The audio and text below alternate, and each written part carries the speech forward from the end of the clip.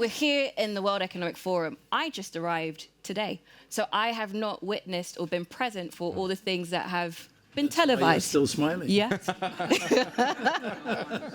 As things go, I'm the most chipper person in the room. But this session is all about talking about the digital infrastructure. And it would be remiss not to mention the fact that had the World Economic Forum happened, say, 2 centuries ago, we would have taken 2 weeks to travel here by boat. If we go back even further, 1,000 years, it would have taken us months or even years. We would have walked by foot, camel, horse, depending on your geography. And today, we can connect with each other by the click of a button. But that's not the case for absolutely everyone. Between 2.6 billion and 2.9 billion people lack access to internet connectivity. Hundreds of millions live without electricity, and billions lack the access to basic clean and energy cooking. So in these communities that could be transformed by the power of technology, they're actually locked out by the amazing benefits that they have. And we often do celebrate innovation. You would have seen everybody would have participated in this massive push for STEM skilling and education in the last 10, 15 years. But I'll give you an example of what happens when we don't ask the question, what next? And so in India, since around the 1980s, there's been a massive drive for students to pursue STEM subjects at university level. But today, we find that there's a higher unemployment level with skilled workers in comparison to unskilled workers. So when we push for STEM education, inclusivity, digital infrastructure, we have to be forward-thinking about what this means. At Infosys, we've committed to the creation of around 500,000 jobs in India. And this is through our Infosys Springboard livelihood program. So Springboard being our free-to-use online learning platform. And we are pushing to create 500,000 jobs by 2030. And the platform will enable people to learn beyond normal skilling, so artificial intelligence, machine learning, digital marketing, and finance. But also those foundational skills. I don't know how many of you have kids or interact with kids, but you'll find, especially post-COVID, many of them lack the social skills. How to pick up a phone and call someone as opposed to email them. And these are crucial socialization skills. We're people. And Paul actually made a fantastic point, which I'm sure he's going to reiterate today. We're humans, and we need that human connection. So this brings us to the heart of today's discussion. I'm really excited to talk to Justin, who is the president of Microsoft Elevate, and also Paul Polman, business leader, investor, and philanthropist. Now, when we were discussing this, I had a set question in mind to open up with. That's now changed. And so I want to begin with a question to you, Justin. Sure. First, can you define to us what is Microsoft Elevate? Yeah. We've seen in the world 1 billion users of AI in 36 months. It's the fastest spreading technology, faster than the internet, faster than mobile phones, faster than electricity. And the question is, what do companies like Microsoft have to do about that? How do we make sure that that creates economic opportunity, that creates jobs, that creates learning outcomes? And so Elevate is dedicated to that idea. And we do 3 things. We focus on education systems, building teacher capacity, building student capacity, building parent capacity, and giving the education systems the digital capabilities they need. But it turns out 61% of people are not in the education system. They're in the workforce. And we need to meet them where they're at with micro-credentials. They're in the informal economy. They're in the formal economy. We've got programs there. And then, of course, there's a huge range of folks being left behind. And that's why partnerships with UNICEF and nonprofits and equipping them with technology and capacity building services are so crucial. So we take an end-to-end approach on this that I can click into further. That's what I do. Thank you. Now I'm going to ask potentially a controversial question. So with this massive talk about AI, it would be wrong not to talk about the computing power necessary behind that and the sustainability impact of building and operating these data centers. It's a growing concern in regions not only where resources like land, water, and energy are constrained, but globally, beyond that. So how do you reconcile the push for AI-driven inclusion with these sustainability challenges, and what is Microsoft's approach to addressing them? It appreciates Paul's view, but I'll tell you our approach. Data centers do consume power. They do consume water. They do raise prices in certain cases. They don't always create jobs proportionate to the investment that's being made. And that's true for communities across the US and Europe, where there's a backlash right now for all this AI infrastructure, not just for Microsoft, but across the board. And that's true in India and Africa, where we also have data centers. Our approach is not to lean out from the problem, but to recognize it. That's the first step in recovery, is recognizing that we have a problem here together, right? And recently we made a pledge to say, listen, we're going to replenish more water than we use. And there's a bunch of strategies for how we do that with water tables and land use. We're not going to raise your power bills. We're going to work with the utility authority and make sure that we have the right plans in place. We're going to create jobs, and there's two ways we do that, and this may not be obvious. Data centers are not 2-year projects or 18-month projects, or typically you're building a hub and then you're building multiple spokes to that hub. It's a decade or more. That creates construction jobs, and the jobs that it creates at the data centers for those communities are meaningful because they're highly paid. We're going to contribute to the tax base. We're typically the largest taxpayer in a community. And we're going to focus on the community itself and giving back. And there we have a couple of focuses by equipping anybody that's in the radius of these things, the teachers with skills, investing in libraries or the like to equip adults with skills, investing in the equivalent of a chamber of commerce for SMBs and SMEs to get access for every data center that we operate in the United States. Now what we're trying to figure out is how do we adapt those 5 commitments to Europe, to Asia, to Africa in a way that's locally relevant and locally impactful. But the only way we're going to succeed is if we are seen and are a responsible actor in these communities, and we have a lot of work to do, frankly, to demonstrate that. Paul, I want to go to you just to piggyback off that question, because you've done formidable work when it comes to sustainability, and you talk about responsible leaders a lot. Do you think that there is a tension that has to be addressed? I mean, you've spoken eloquently about what Microsoft is proactively doing. Do you have anything to add on? You mean specifically on the data center? Yes. So let me first say that what Microsoft is doing, we were talking that briefly downstairs, to put 4 billion there is not small money over a 5-year period. And actually, I'm convinced that number will go up. I'll tell you in a minute. And what you're doing with your programs, the 500,000 that you're just explaining in India at this point in time, will undoubtedly go to different areas. I can only applaud that. The transition or the AI wave that we're currently going through, the spending levels probably have been 1.5 trillion. Yeah. Is that what it is? That's pretty close. Yeah. Is that pretty close? Okay. But then if you look at what we spent on the people side of it to ensure that this is a fair transition, that we deal with these issues, it's a pittance of that. I would be surprised if you added all up that you get the 100 billion. In the next 5 or 10 years. What you see now is basically your big amount. Amazon does a little bit, Google does something, you do, and then a little bit of sprinkling from the rest. Yeah. So we're probably looking at less than 10 billion for a spending of 1.5 trillion. So make your own calculations. We're less than 5%, less than 2%. So we spend it on all the hardware, when we spend, which is right. You can't deny that it's here and that it brings all these benefits out. But you cannot just think that this is a play of investment in the hardware without forgetting the people. And what I like and why I wrote this book, Net Positive, is we have to take responsibility for our total impact. AI is here, does a lot of good things, but it also has impacts right now that we have to deal with. Over time, I think AI, we've done some studies on that, we think it contributes a positive 3 to 5 gigatons in terms of the climate challenges, just even from climate change and all. But there's no denial that short term, it uses a lot of energy that can be as quickly offset. We would have retired more coal plants probably. All the energy expansion that we're now seeing, is a lot of that is absorbed by AI itself. Now, I actually don't think that's that bad, if I may be honest, because I think technology is going so fast in the world and so many things that it is accelerating the race on finding a solution with fusion or nuclear. And these guys are heavy spenders on that, which I think is good.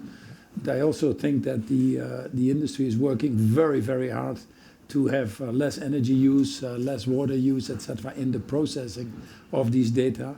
And we got a little scare from China when they produce something. Yeah. But in reality, it will happen. In which case, we have put all the capacity there that will all of a sudden be freed up to work on the rest of the economy. And you'll see a whole step change, and the discussions will be different. And I know that will happen. The question is only when. And then the last thing, when you have and I'm not blowing his trumpet, but I do have a lot of respect for what Satya has done in Microsoft, and how he has changed that company. Because if you look at their commitment, we want to be carbon neutral. They stick to the Paris Agreement, their SBTI and all the other things. They're finding offsets that actually stimulate markets. Like a week or two ago, I was reading that they're buying the carbon credits from Indico and getting farmers to move to sustainable farming. So that needs money to make these things happen. The farmers can't pay for it. So if you get these bigger companies to buy credits, I think you had something in Puerto Rico and in That's right. Panama. Yep. I forget different places now but it starts to unlock the carbon markets or the biodiversity markets, which are stuck as well. So I don't look at it like, oh, here is a bad thing, aren't we bad? So what I argue in my book is that if you are if you want to be a net positive company, which is difficult to do, is you need to first take responsibility of your total impact. So they're doing that. So it ticks the box. If I'm in the food business, I'm responsible for deforestation. I'm responsible for keeping smallholders farmers poor. I'm responsible for food waste. I'm responsible for people going to bed hungry or for obesity. They are taking that responsibility. So you don't say, we cannot avoid the issues, but we certainly want to do everything to deal with the issues. Yeah. Just like we have to take responsibility of human rights and all the other things. So I like that. The second thing that you do if you're a net positive company is you set targets in line with science. Don't fool yourselves. A lot of people have this game that they set targets to not lose versus targets to win. And there are enough of them walking around here in Davos. So, and the consumers have caught on to that, to be honest. And it erodes the trust that you have in these companies. So net positive companies do that, so I see that as well. And then the other thing is you need the issues that you have to address now. And the issues that we're talking here are so big, you can't just do it alone anymore. You can do whatever you can in your companies, but we won't be able to address 30 or 40% of the bigger challenges that are out there. So you form these big partnerships, and these are great moments of this discontinuity in these technologies to have these bigger partnerships. I wish, and the meetings in Davos, so I also appreciate that you're doing that on a Thursday night when we're all about to drop dead. But or look forward to the Salesforce party that gives us more energy. That's my treat for the evening. But what is very sad is I've been in some meetings in the main halls or some other things that we've done along the areas of nature-based solutions, etc., which are trillions of dollars of opportunities for the economy, trillions of dollars, and yet the room is nearly empty. So we have the priorities wrong. It's fine to come here and do this, but I think it undermines what we are all about. And then there's this whole community intent and in the other places that really are working on what are the real things for humanity. So I wish we would get a little bit higher on the agenda. Now, my final sentence is if you have a more fairer transition or a just transition in the world without AI, it would be very costly, it would be very long, and it would be very unstable. So now we have AI, we just need to be sure that we have a just transition. That's right. And that we include that, because then I think we can get the best of both worlds, provided that AI is being used to address these issues. If people keep forgetting about it, not showing up to the meetings, not thinking about it, I think that's a leadership deficit. It has nothing to do with AI. So we have to be sure that AI is being used not just for efficiency and optimization and cost cutting, and which a lot of people talk about in all these panels. But interestingly, the two discussions I've had happened to be in Infosys. I was here 2 days ago, actually in this room, and I'm here tonight, where people say, no, we need to have AI that works for everybody.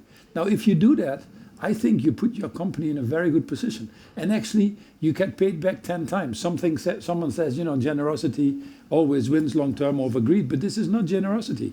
If we lift people out of poverty, we create markets, we reduce risk, we get more smart people to help us make AI smarter. So people that do this are the winners.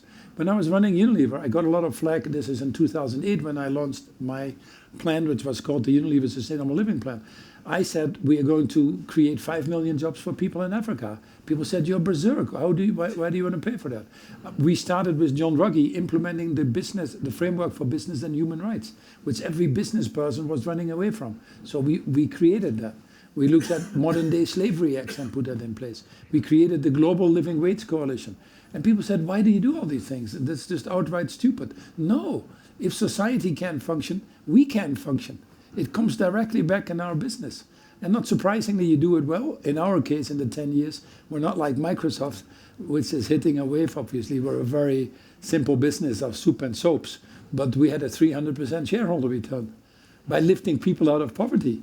And for anybody here with Infosys, if you are in HUL in India, you'd be glad if you bought their stock 15 or 20 years ago.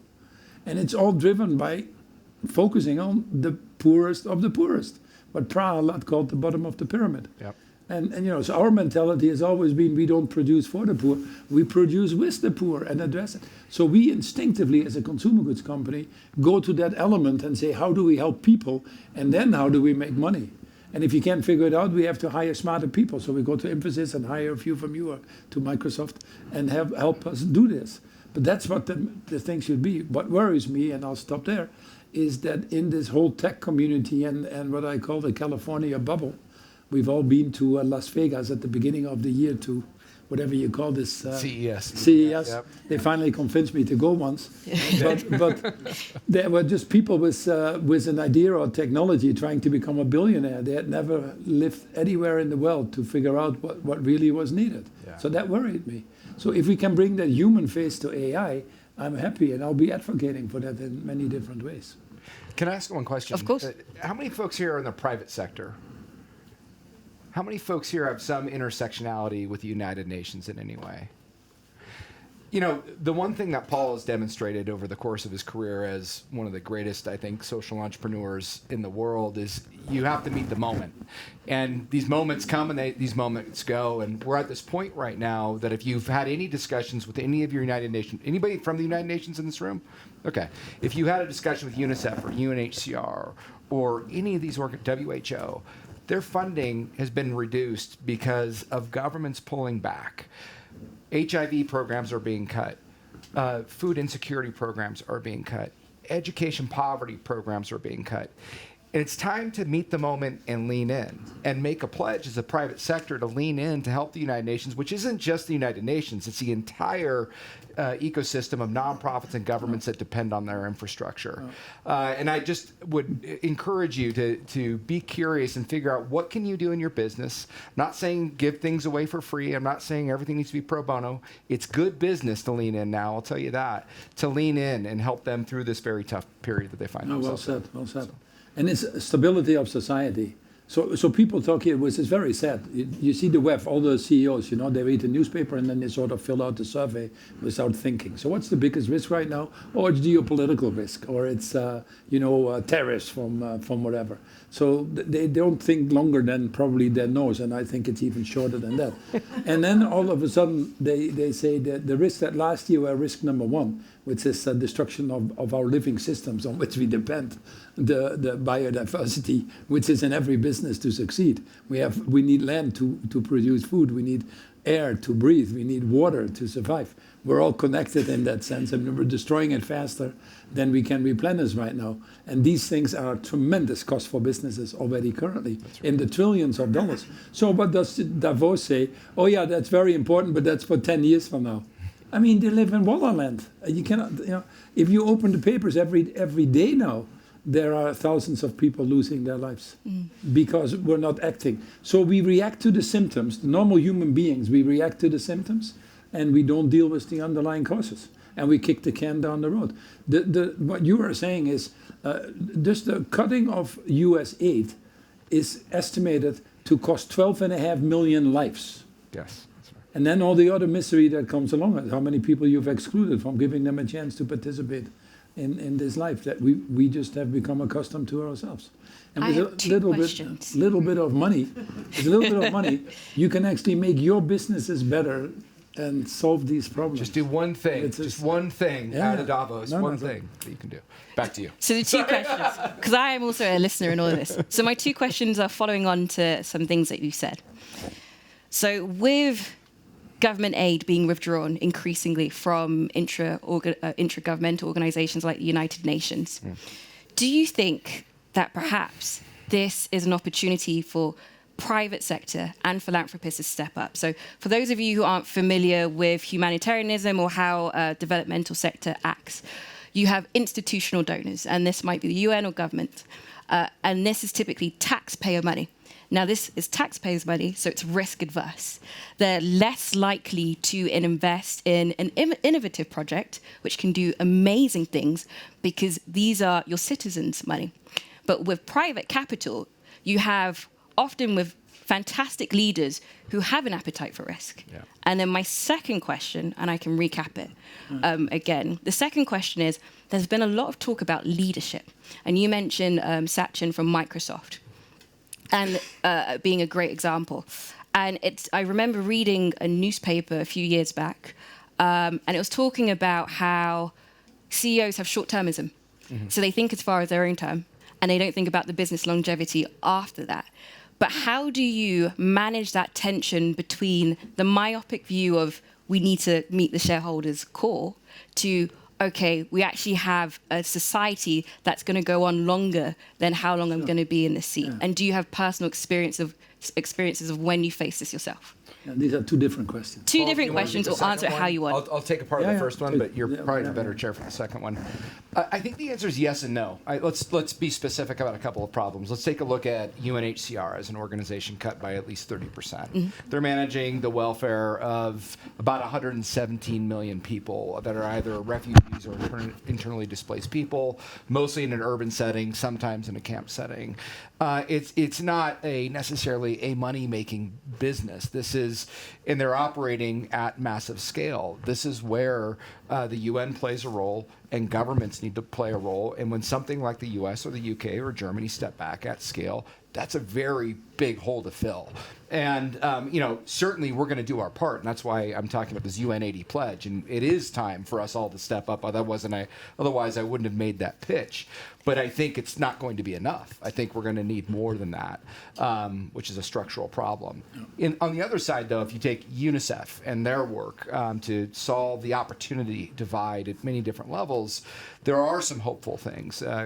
Goodwall is an organization that's bringing together youth, young adults, opportunity, and jobs in a new ecosystem. And they're a new startup. They're getting scale. They have 2 million users on their platform, and I see traction with them. So I think there's, never let a good crisis go to waste. When there's a crisis, there is going to be new innovation, but these are huge numbers we're talking about in terms of the shortfall.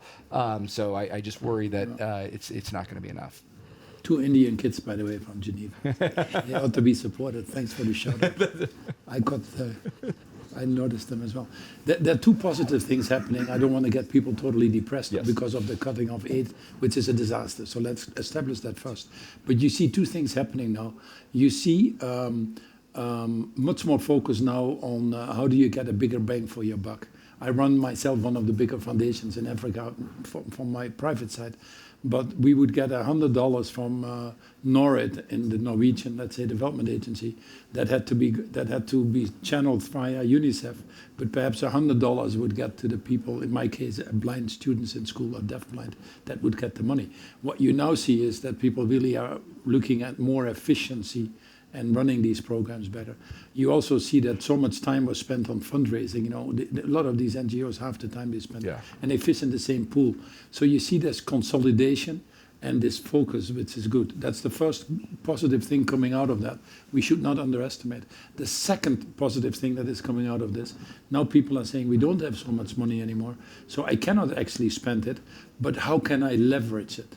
And you see a whole new industry emerging of blended finance, where people say, hey, instead of financing you to retire your coal plant and go to green energy, I will just take the risk portion. Yeah. So all of a sudden, the 100 million that was needed becomes risk capital for currency, for whatever, and you can leverage that up 10, 12 times. So it might, and for the private sector, very attractive. So it might be that in these blended finance mechanisms, actually more money is going to flow to the right things. We see this, for example, happening right now because costs are coming down as well on solar in Africa, or solar in Pakistan. 20% now is green energy in Pakistan in 2 years' time. People have, and you see the same happening now in places in Africa. We have this global energy alliance for people and planet to give 800 million people green energy that don't have energy. We want to give it green. It's now going faster than we thought because the economics start to work. We put the money now into blended. Private sector is coming in. We have not seen that. Now, it has nothing to do with the US aid cut, but it is a shift that is happening. So these two shifts are important. The pressure for CEO on short term is there. And the more we have a world that is in flux, which will be the status quo, I hate to say, if not more flux, for the next 10 years. You'd be naive to think that this is going to change. We used to say that we had to be resilient privately or as businesses by the definition of how quickly we could stand up again. We had the financial crisis or COVID. How resilient are we to come back with our business? Now, the definition of resilience is quite different. It is to be able to keep going when the knocks keep coming. So it's quite different now. So the CEOs are clearly are being pulled back to the shorter term crises to help to keep their businesses steady, and that doesn't help. It is actually not coming as much from the financial market as people think. Most of the financial market are institutional investors. They represent people that want their pensions, usually 15, 20, 25 years out. So they want a consistent, stable return, and they can only get that if you run these businesses for the long term, because most value creation happens 5 to 10 years out. If Unilever would build a factory, it would take 5 years before you could really fill it and get your return. If you go into a country, it would take that long. If you put your money in training and development, it takes 25 years before you have a CEO. So we are used to doing long-term investments. And the financial market has discovered as well that they don't only want a return longer term, but they also want to be sure that people can retire in a wealth that looks halfway decent. Otherwise, it doesn't mean anything. So they're actually your best allies. So it's our own behavior, our leadership behavior. So what I say to CEOs is, if you become shorter term, obviously you have to deliver, that's always the case. But if you become shorter term, it's actually you that's driving that, or your boards, but you need to manage that. It's a leadership issue. Why are we able to make these decisions continuously for the business that look longer term? Why are we able to juggle these different demands? Because there's always been trade-offs. But when it all of a sudden gets to the future of humanity, we seem to paralyze. It's just totally unexplainable to some extent. So what we now see very clearly in the bifurcation is that companies, increasingly more, that are leaders on climate, even within the climate leaders group, there are leaders within these groups. Companies that run long-term multi-stakeholder businesses. Companies that are like B Corps type things. Companies that are leading on the human rights sides, etc. Fair wages, all these things. It is increasingly able to show that the financial market actually rewards those companies now with higher market caps. And the reason they do that is very simple, because the financial market is not stupid. They say you're better positioned to this future that science tells you we need to have. And science doesn't care who's in the White House. Yeah. So it's going, honestly. And the short-term pressures that we have, which are real, need to be acknowledged, are more in where we need to help the leaders of the companies right now. It's a very sad moment in a sense for me, because I ask a lot of people, who are the 10 CEOs you would admire? And nobody can mention them. Yeah. Who are the 10 politicians you would admire? And I grew up at a time that you still had Desmond Tutu walking around, or Mandela was still alive, or you had the role models. And in business, there was a group of people that stuck their necks out to make these business model more sustainable. Now you have more technology, the cost is lower, the science is better. Yeah. We have actually more money to deal with it, and we're still moving forward. I don't want to, but we're sort of afraid to move at the speed we need, because there's a bully trying to change, things in his advantage to the detriment of the majority. So, so we have a low moment of leadership, and you see that reflected in trust indexes and how people look at businesses. You see it reflected in engagement scores in companies. The US engagement scores, again, Microsoft an exception, and I can mention 10 other companies, but the engagement scores in the US in the last 12 months have gone down by half. We've never seen a drop so high. Where people say, do I really want to work with a leader that changes the values from 1 minute to another when we run these companies for the long term, depending on who's in the White House? I mean, it's actually surreal. Given we have such knowledge and wisdom here, you guys all came for a reason. Do you think we should ask him a couple? We do. That was actually going to be my next segue. Yes. Because absolutely. you've got this guy. No. Any questions out there that you want to tee up? Anything? Fire away. Sure. As long as it's for Paul. All right. Say what you're doing or what you should be doing. Might also All right. So thanks for this. Really engaging. I actually run one of those organizations that's been working with the UNICEF and others in skills development and closing that gap. Amazing. The internet. I had the 22nd internet subscription in Senegal in 1996. Wow. And it was billed all over the world as the Great Leveler. We know that hasn't happened. No. There's the digital divide. The cell phone was kind of the next step in that, and now AI. I'm really interested just in the title of this, the skill and infrastructure. What is the level of investment that's going to be necessary to bring the global South to parity so that there isn't a digital divide? And how confident are you that that investment will be made? I want to answer just quickly on a perspective from Infosys, and then I'll hand over to you both. So Paul was talking about leaders and top 10 leaders that you'd admire.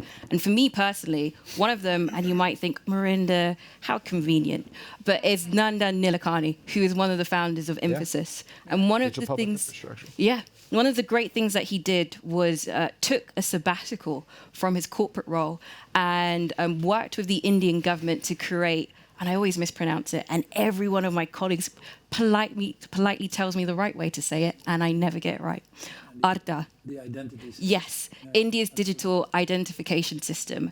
And what's amazing about that is that it's created by the global South. It's not leaning on technology from typical historic hegemonic powers. But what's also amazing is that India is a complex country with 1.4 billion people. But what it means realistically is that, say you're driving somewhere in rural India and you get hungry, and it's a cashless society, so you don't have any cash with you, and you see a fruit seller on the roadside, you can then stop, buy fruit, and because they'll have a QR code linked to a bank account, you're able to make a payment there. What does that mean for the local economy? It means that you're putting money directly into the hands of a seller there. It means you're boosting the local economy. And I think that's an example of a personal sacrifice as opposed to a quantitative sacrifice or a monetary one. But I think leaders should be more willing, I'm not in that space yet, should be more willing to take a personal sacrifice to use their commercial expertise for the progression of society. And I'll hand over to you and your Paul, do you want to frame, or I can build on it? I have a view. Yeah, I can frame it in 2 seconds because I don't want to talk it too much. But your question is, how much does it take? We actually are pretty clear on how much it takes, and it's called the Sustainable Development Goals, and it takes $3 to $5 trillion a year. But we are already incurring currently, I can easily explain to you, 15, 20 trillion cost. The cost for climate change is 5.7 trillion. The cost of our broken food system is 10 trillion right now. In healthcare costs, broken, lost productivity, et cetera, et cetera. So we are at the point already that the cost of action is less than the cost of inaction. So the answer is, make it 5 to 7 trillion if you want to. And the reason I say 5 to 7 trillion, although your question started with the internet, is you have 1.5 billion people that still don't have access to clean water or sanitation. You have 900 million people go to bed hungry. You have 240 million children out of education in this world. And I could go on and on and on. So if we don't, and the beauty of the Sustainable Development Goals is, this is a systems change, it's a holistic. So what does it take for Africa? And why Africa doesn't get it? Now, I think this is a good moment for Africa because it's basically the Sahel region in Africa with parts of India. India is unlocking itself now, so I think that is a good potential. But Africa has the use dividend, has the critical minerals, has the natural capital. The African Union now, Africa is discovering they can't depend on the US anymore. You know, Senegal, half of their budget was basically the subsidies. Now they just have to decide how young the president should be, and that's a different problem. But you know, Africa is coming to grips with its corruption. There was 70 billion a year going into Africa, and 90 billion goes to Geneva and Singapore, or Zurich and Singapore. So if we look at this holistically, then we can lift it out. And there are centers of excellence emerging in Nigeria or in Kenya or in others that are actually quite creative. You know, you will probably mention the creativity that comes out of Nigeria or Kenya. Yeah. It's just mind-boggling. Mind-boggling.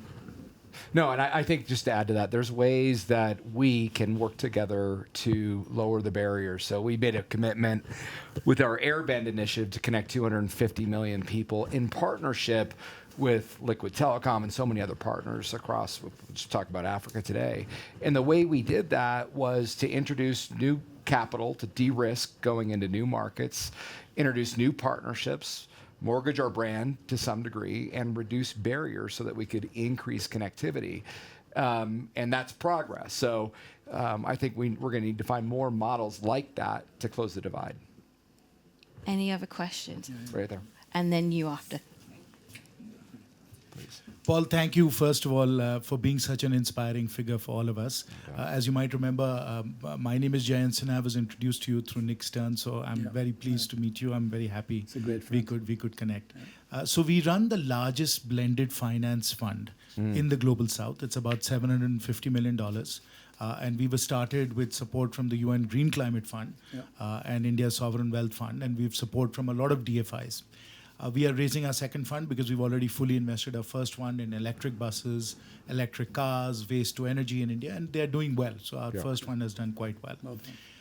What we also want to do now in our second fund is to raise even more capital because, as you know, $1 billion doesn't even go, 1/5 or 1/10 of the way of what is required every year in India, right? So we need not just one such fund, but 10 such funds and so on. What I think is required is that we need to get beyond just the DFIs and the MTPs because they also are limited in terms of what they can do. I think we need to mobilize like-minded people in the Global South and in the Global North who can participate from a retail perspective. So I'd love to work with all of you and others who are interested in this, whether we can come up with vehicles where ordinary people, either through mutual funds or other such vehicles that really care about getting, solar rooftops into Africa or, electric motorcycles into India and other such solutions, whether we can get people together and help them be able to put money where their feelings and their desires are. So let's figure out whether we can come up with an innovative solution like that. You're totally right. I'm next week in Mumbai, believe it or not, as a coincidence, and this will be part of the thing. So I don't know if you're there. I will be there, in fact. You will be there at the conference and all that. So we were last weekend with all the African leaders, and Africa needs a financial market. It just doesn't exist. There's no capital market in Africa. But if you take the Dangotes, if you take the Kariukis, if you take the Mo Ibrahims, and you add them all up, there's quite a lot of capital in Africa, actually. But it doesn't get leveraged properly. So So what you're saying is really, I would confirm that. I would not give up though on the IMFs or the regional development banks or the World Bank. I don't let them get off the hook.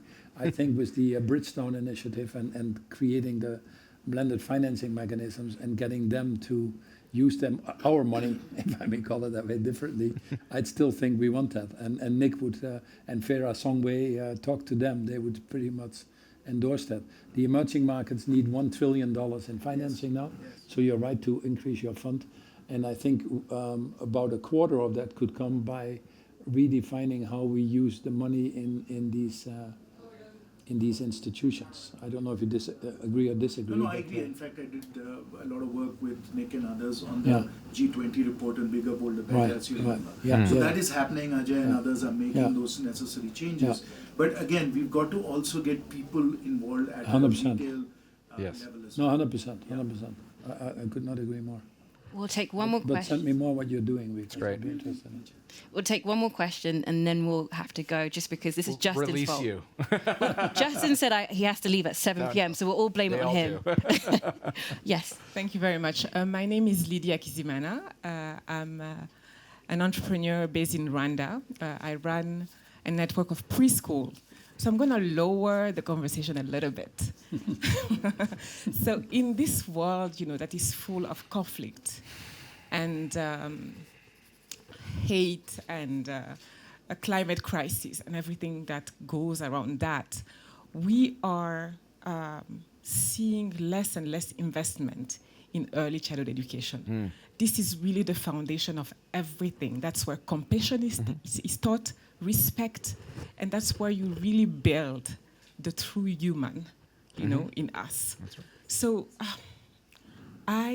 this is my first Davos. I've never been here before, and I'm not hearing those conversations. We're talking about building the digital backbone. We're not talking about building the true human. Yeah.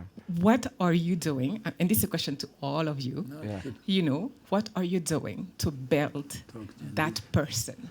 Yeah, let me highlight something here that I find fascinating.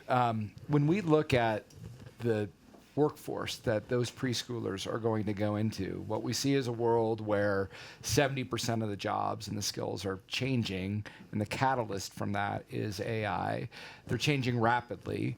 My kids will have 2 times more jobs than I will have. And so the number one skill for thriving in the future is not about learning some tool. It's not about learning some technology. It's actually about building the foundation to be a lifelong learner, building the critical skills, the socio-emotional skills, the collaboration and communication skills, the ability to learn a paradigm and relearn a new paradigm over and over and over again. That's the future that our kids are heading into. And then, of course, they need to be literate with AI and these tools, but it's the core human-centric skills that will always remain, I think, crucial. And one area that we're making investments in with UNICEF is Generation Unlimited. And this is a platform, public-private partnership platform with Accenture and Microsoft and EY and all these different partners to figure out how do we bring skills in that are a combination of these lifelong learning skills, these social and emotional skills, as well as, I'm going up a little bit beyond preschool, but entrepreneurial, financial literacy, digital literacy, AI literacy to create opportunity pathways for young adults. So I think as we think about education systems, you're right to say we have to start at the foundation, and we need to build that foundation all the way up. And the work that you're doing is going to be as critical in 30 years as it is today. There's one thing that I wanted to add on. So, Infosys, we work in Ukraine. We partner with an organization called Street Child, and we use our online learning platform to reach both teachers, because the war in Ukraine is more than just physical. It's a new phase of digital where there's cyber attacks, and war exacerbates corruption. And so Street Child, our partners, have created content specifically for teachers regarding these 2 things, and it's overseen by the Ministry of Education and Science. We've also built 8 digital learning centers, because school is a physical place. It's more than just learning online, it's socialization, all these skills. But when we were reviewing proposals from them, one of the things they put forward, which I thought was really innovative, was a program in Moldova, because there has been a massive displacement from Ukraine to Moldova as a result of the war. And they said, well, look, a lot of these women don't have a career anymore because of the war, and they're in a new place. And we know there's a lot of young children that have been displaced and currently in Moldova as well. So what they proposed was using the Springboard platform to train these Ukrainian refugee women to actually open their own creches and get certification. Because like you said, and I think it used to be a really big number a few years back, those first 1,000 days are crucial to the brain architecture of a child. Mm-hmm. And that was one of the most innovative proposals that I'd seen. For one reason or another, we didn't go ahead, but it's always been in the back of my head that tech can be used in contexts like that to affect the first 1,000 days. So from the perspective of a private sector person, it's not that there's a lack of interest. It's, again, how do we bridge that gap where it's not civil society and NGOs on one side and then the CEOs and decision makers on another? How do we bring forums like this together? That's right. I'll give the last word to you. No, you don't have to. But my end conclusion is my end conclusion is, you know, we started with AI and we got a little sidetracked, but I think we got sidetracked in the right direction because we were talking about what's important in life. Yeah. But so let's end again on AI and bring it back. So AI is here. We can have a longer discussions on the good and bad things of AI is there. So I'd like to concentrate on the good things of AI. You know, so now AI is estimated to create about 370 million new jobs because of new industries coming and the possibilities that that gives, the efficiencies that you can deploy that into other areas. So it is considered by everybody who looks at it as a job creator. But yet only 10% of people are comfortable with AI. In fact, the bulk of people think that it has a negative effect, high level of anxiety, also in our own employees. Because a lot of the CEOs talk, they talk it loudly even. Now I can fire half of my people, you know. It's not true. And it's, you know, they call them workforce, they don't call them colleagues or something. You know, it's like workforce, you're forced to work, just the idea already. No, but think about it, it's bizarre how people talk now. So I call it, we've lost humanity in business, to be honest. But so then anxiety is there, you know. Instead of saying AI gives us possibilities, if you are going to be replaced, you're going to be replaced by someone who manages and understands AI better than you do. That's right. That's a different story. Yeah. But, you know, so we need to think about these things if you're our leader. That's all I'm saying. And but the other thing is probably it is going to affect everybody in their jobs. And everybody needs help in that, and companies need to understand that. And if I then see that only 5% goes to some of these things, if it is even 5%, it's 1%, and 99% goes to building more data centers, I'm not objecting to the data centers, but I think there's a little bit of a wrong balance because we're chasing something there that, you know, so we need to bring that human side in again. And AI, like with the World Food Program now, was predictive weather patterns can save lives of millions of people. We couldn't do that without AI. Agriculture now, bringing AI in and precision, etc. We can totally change to regenerative agriculture now and lift Africa, other parts of the world. Healthcare now is available to everybody. The 240 million people that were not in schools, kids in preschools, etc. in Rwanda as well. We can now give them education. So my starting point is, if you want to be a company that is loved, if you want your employees to be highly engaged, if you want to be long-term successful, then be careful how you think about what you're doing and start with what this is all about. And be sure that you're human and spend against that. That would be my only message, and not to get sidetracked into all the other things. And it is actually better for everybody, for your businesses. I mean, I repeat now, but that is what we need to do with AI. And then we are all the biggest supporters of AI. We're happy that we invented it, you know? That's the right conclusion to end on, I think. I love it. I love it. If you want to continue AI discussions, should start for all included. What about that one? Yeah. So then it's okay with me. thank you. I thought I'll make that up. I love it.